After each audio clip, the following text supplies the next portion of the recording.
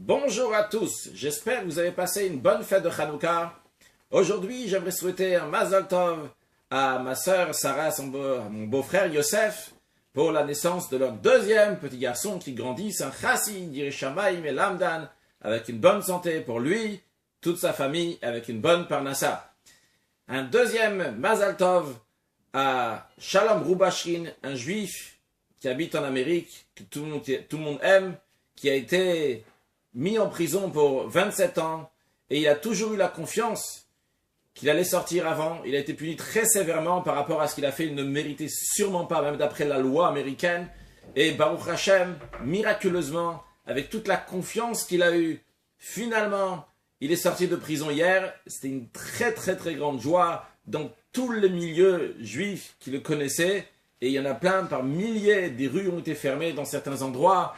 Et 770, la synagogue du Rabbi était remplie avec une énorme joie. Et voyant ces vidéos, les larmes aux yeux de joie pour la délivrance de ce juif, je me suis dit, il y a un enseignement à tirer de cela. Premièrement, ce juif a toujours attendu sa délivrance. Il avait une bitachon, une foi très très forte, que quoi qu'il arrive, même que d'après les règles de la nature, d'après les lois, c'est sûr et certain qu'il ne va pas sortir, il sortirait un jour. Et c'est arrivé soudainement.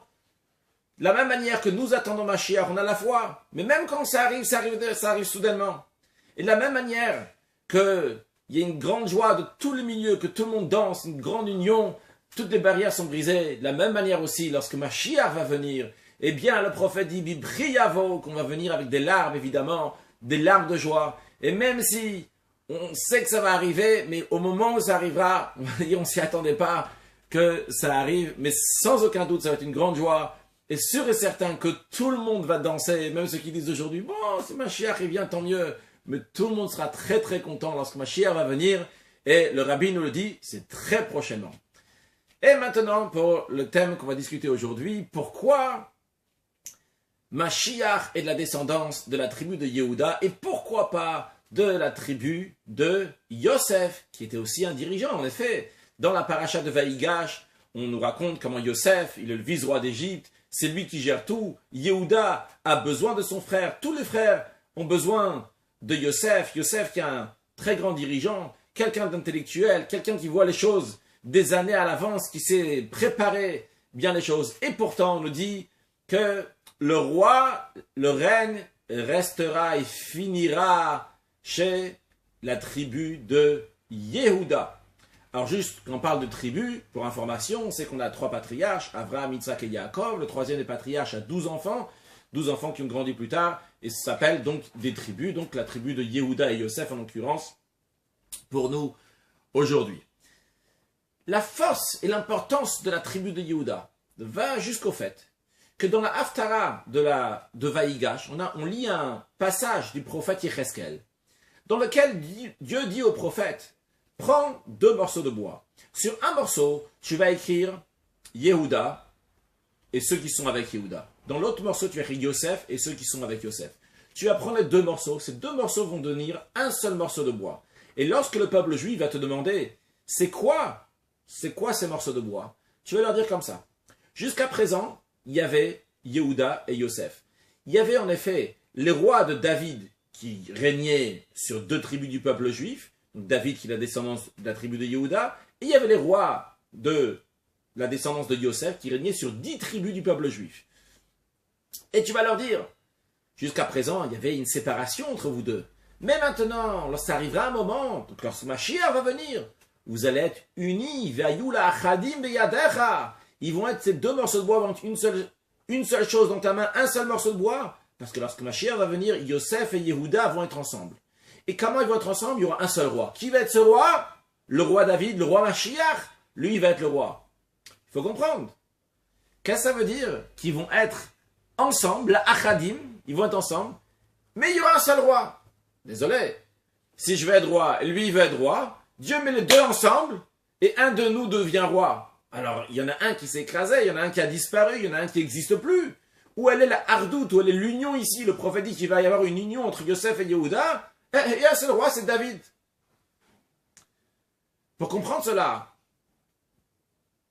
le Talmud nous raconte qu'il y avait une discussion. Qu'est-ce qui est plus important? l'étude ou l'action?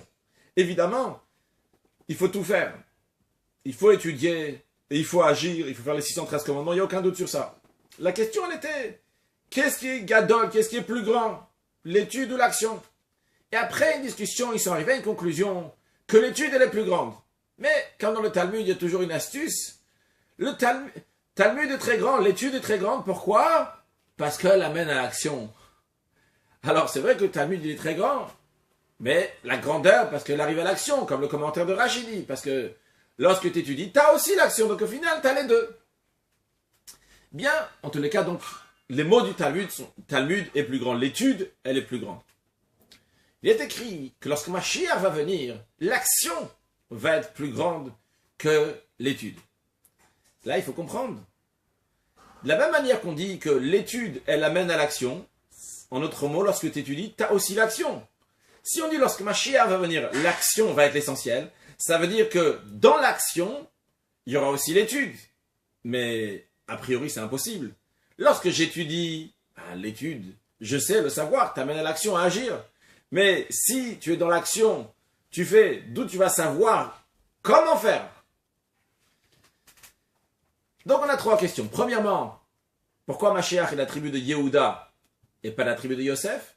Deuxièmement, comment est-il possible qu'il y aura et la tribu de Yehuda, et la force de Yehuda et de Yosef en même temps, et pourtant il y aura seulement le roi de la lignée de Yehuda, donc David Amelech, le descendant de David Amelech, le Mashiach. Et troisièmement, comprendre comment c'est possible que l'action nous amène aussi au savoir. L'explication est la suivante.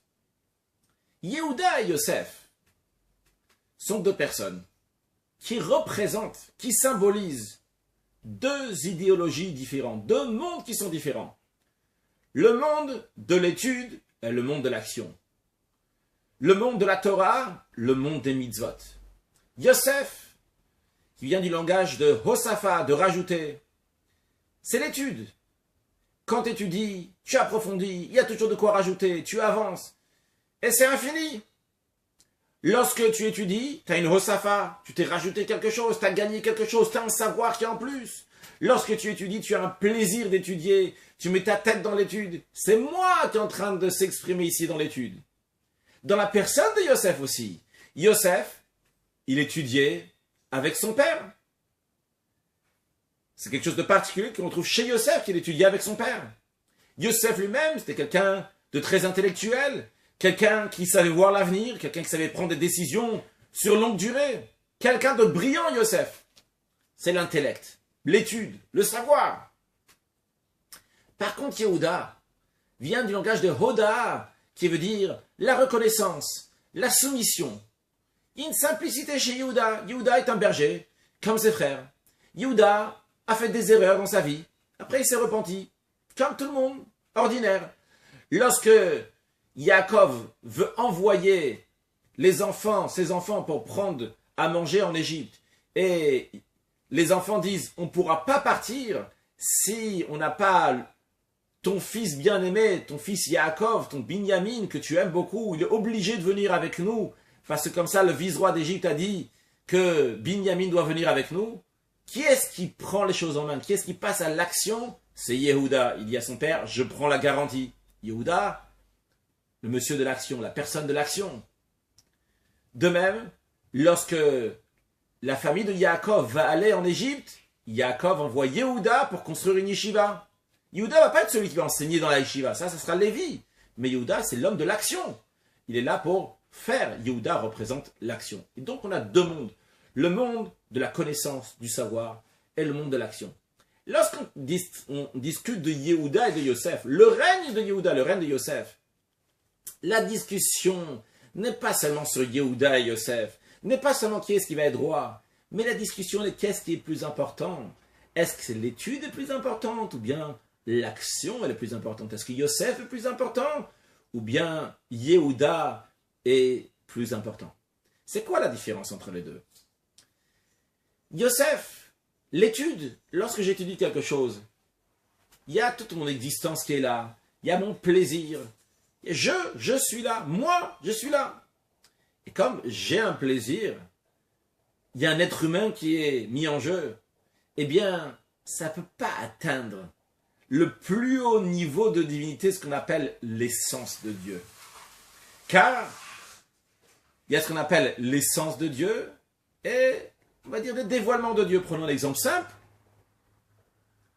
Il y a moi, ce que je suis. Ce que je suis, je ne m'appelle pas Menachem. C'est ce que je suis.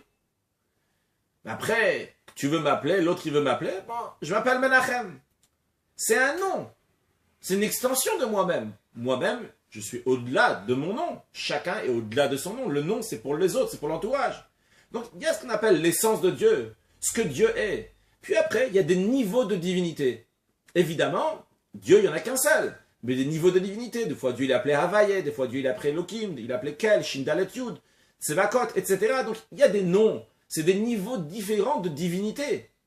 Ce qu'on appelle dans le langage de la Chassidoute des Gilouim, des dévoilements de Dieu. Contrairement au Etzem, qui est l'essence de Dieu. Donc, lorsque je suis en train d'étudier, et il y a mes plaisirs, il y a moi qui est ici, eh bien à ce moment-là, je ne peux pas toucher l'essence de Dieu. Je peux me lier avec un niveau de divinité. Par contre, lorsque je passe à l'action, l'action qu'on hébreu qui se dit ma'aseh. Et l'action, c'est des choses qui sont faites avec les mains, avec les pieds. On dirait presque que c'est animal. Il n'y a rien d'intellectuel ici dans juste une action. Mettre une paire de tefilines, mettre une pièce à la tzedaka. C'est des choses simples comme tout. Il n'y a pas ici des grands sujets profonds intellectuels. Encore plus que ça, le ma'aseh vient du langage aussi en hébreu me'asin à la tzedaka, qui veut dire forcer. Se forcer, sortir de soi-même. T'as pas envie, tu le fais quand même. D'où d'ailleurs, en ce qui concerne la tzedaka, on dit ma'aseh tzedaka. Vehaya ma'aseh tzedaka shalom. Pourquoi l'action? Parce que c'est pas toujours évident de sortir de soi-même. J'ai gagné de l'argent, j'ai gagné quelque chose, je vais le donner à quelqu'un d'autre. J'ai du temps pour moi, je vais le donner à quelqu'un d'autre. J'ai une force physique pour moi, je vais aller aider quelqu'un d'autre. C'est pas évident. C'est la tzedaka, c'est ma'aseh tzedaka. Il faut se forcer, parce que quand ça arrive à l'action, un être humain, que par nature, il est intellectuel, et passer à quelque chose de si simple que ça, c'est pas évident. Mais quand je sors de moi-même, je fais un masse et une action. Ici, je touche à Tzmut, l'essence même d'Akadosh Baruch. C'est pas juste un niveau de divinité. Donc la différence entre Yosef et Yehuda, c'est est-ce que je suis dans le monde de Gilouim, des dévoilements divins, d'un niveau de divinité, ou bien je suis dans l'action, je suis dans l'essence de Dieu. Et nos sages disent dans le Talmud, tant qu'on est en exil, il n'y a pas l'essence de Dieu. On a seulement un dévoilement d'un niveau divin. Donc, c'est le Talmud qui est l'essentiel. C'est l'étude qui est l'essentiel. Vrai. Parce que ça nous amènera à l'action. Ça nous amènera au dévoilement de l'essence de Dieu. Lorsque Mashiach va venir, se dévoilera l'essence de Dieu. Lorsque Mashiach va venir, le prophète dit, Venigla Kvod Hashem, que l'honneur de Dieu va se révéler. Il n'y aura plus de mal dans le monde. Lorsqu'il n'y aura plus de mal dans le monde, et il y aura le dévoilement de Hatzmut, donc l'essence de Dieu, à ce moment-là, automatiquement, on saura ce qu'il faut faire. De la même manière que de nos jours, un enfant, on ne lui a pas appris à s'éloigner d'une source de chaleur, parce que ça va le brûler. Mais quand il ressent une source de chaleur, il va s'éloigner. Et de la même manière qu'un animal ne sautera jamais dans le feu, parce que il sait que ça va brûler. D'où il sait? Il a fait une école, il a fait des études pour cela? Non. C'est instinctivement, dans la personne, dans l'animal, il sait que une source de chaleur, le feu, ça va brûler, donc je ne me rapproche pas du feu. De la même manière aussi, lorsque Mashiach va venir, Dieu sera dévoilé dans ce monde-là d'une telle manière que c'est sûr et certain, on saura comment Dieu veut qu'on va se comporter.